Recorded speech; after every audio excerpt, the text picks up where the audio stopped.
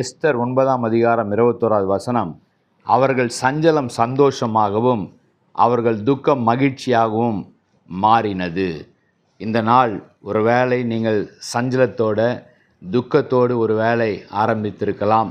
ஒருவேளை ஏன் எனக்கு இது நடந்து கொண்டிருக்கிறது, நான் வேலை செய்கிற ஸ்தலத்தில் எதிராக நடந்து கொண்டிருக்கிறது, அல்லது உங்கள் குடும்பத்தில் எதிராக நடந்து கொண்டிருக்கிறது காரியங்கள், எனக்கு விரோதமாய் பேசி கொண்டிருக்கிறாங்க, எனக்கு விரோதமாய் ஆயுதங்களை உருவாக்கி இருக்கிறாங்க, என்ன செய்வது என்று தவித்து கொண்டிருக்கிறேன் என்கிற துக்கத்தோடு சஞ்சலத்தோடு ஒரு வேளை இருக்கலாம்.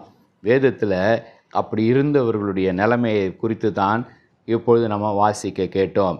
அவர்களுக்கு விரோதமாக எழும்பின ஒரு மனிதன், யூதர்களை அழித்து விட வேண்டும் என்று நினைத்த ஒரு மனிதன் தானே அழிந்து போனான். அவன் வெட்டின குழியில் அவனே விழுந்து போனான். ஆனால் யூதர்களை அழிக்க வேண்டும் என்று திட்டத்தை அவன் தீட்டின சதி திட்டம் எல்லாம் அவன் அழிந்ததுனால அது ஒழிந்து போனது. அந்த யூதர்கள் ஜனங்க மத்தியில் ஒரு பெரிய மகிழ்ச்சி உண்டானது, பெரிய ஒரு சந்தோஷம், காரியங்கள் மாறுதலாய் முடிந்தது. இந்த நாள் உங்களுடைய வாழ்க்கையில் காரியங்களை மாறுதலாய் முடிக்க ஆண்டவர் சித்தம் கொண்டிருக்கிறார். ஆகவே தான் இந்த வார்த்தைகள் உங்களை நோக்கி வந்து கொண்டிருக்கிறது. உங்கள் சஞ்சலத்தை அவர் சந்தோஷமாக மாற்ற அவரால் முடியும்.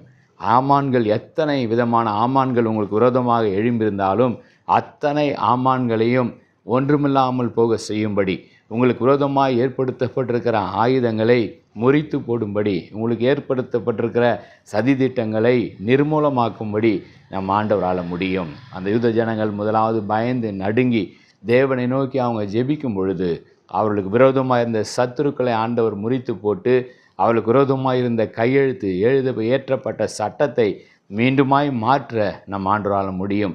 உங்களுக்கு விரோதமாக எழுதப்பட்ட சட்டங்களாகட்டும் அதை உடைத்து போட, நொறுக்கி போட ஆண்டவரால் முடியும். ஆகவே தான் இந்த வார்த்தை எழுதப்பட்டிருக்கிறது, சஞ்சலங்களை சந்தோஷமாய் ஆண்டவர் மாற்றினார், அவருடைய துக்கத்தை மகிழ்ச்சியாய் மாற்றினார். இந்த நாள் உங்கள் சஞ்சலத்தை மகிழ்ச்சியாய் மாற்றுகிற, உங்கள் துக்கத்தை ஆனந்தத்தை நிரப்புகிற, மாற்றுகிற ஒரு நாளாய் ஆண்டவரால் செய்ய முடியும். அவரை விசுவாசிங்கள், அவரை நோக்கி உங்களுடைய காரியங்களை வைத்து விடுங்கள், கர்த்தர் மேலே உங்கள் பாரத்தை வைங்க, அவர் உங்களை ஆதரிப்பார், ஒருபோதும் உங்களை தள்ளாட விட்டார். ஜெபிப்போம். அன்பின் பிதாவே, எங்களுக்கு கொடுத்த இந்த நல்ல வார்த்தைகளுக்காக நன்றி. வார்த்தைகளை நிறைவேற்றுகிற கர்த்தர் நீர் என்று நாங்கள் வேதத்தில் வாசிக்கிறோம். ஆண்டவரை, உம்முடைய வார்த்தைகள் ஒன்றும் அது வீணாய் போகிறதில்லை. ஆண்டவரே, இந்த வார்த்தைகள் எங்களை ஆறுதல் படுத்தி கொண்டிருக்கிற சோத்திரம், எங்களுக்கு ஒரு புதிய நம்பிக்கையை கொடுத்து கொண்டிருப்பதாக சோத்திரம். அதை யூத ஜனங்கள் பயந்து நடுங்க, நாங்கள் அழிந்து போவோமே, என்ன செய்ய போகிறோம் என்று தவித்தாங்க. ஒரு வேளை இந்த காலை வேளையில் கூட கடனால், பிரச்சனையினால், போராட்டத்தினால் நான் அழிந்து போகிறேன், நான் என்ன செய்ய போகிறேன்னு தெரியல, என் வாழ்க்கையை முடித்து கொள்ள போகிறேன் என்று ஒரு வேளை யாராவது இருக்கலாம். ஆனால் இந்த நாள் வார்த்தை உம்மை நோக்கி ஜெபிக்கும் பொழுது அவர்களுக்கு விரோதமாக இருக்கிற எல்லா காரியங்களும் உம்மால் மாற்றி அமைக்க முடியும். உம்முடைய கை குறுகி போகலாம் ஆண்டவரே.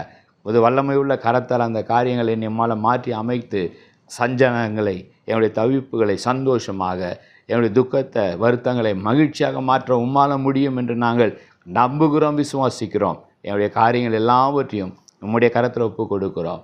மாற்றி விடுங்க, காரியங்களை மாற்றி விடுங்க, ஆசீர்வதிங்க. இயேசுவின் மூலமாக நல்ல பிதாவே, ஆமேன். God bless you.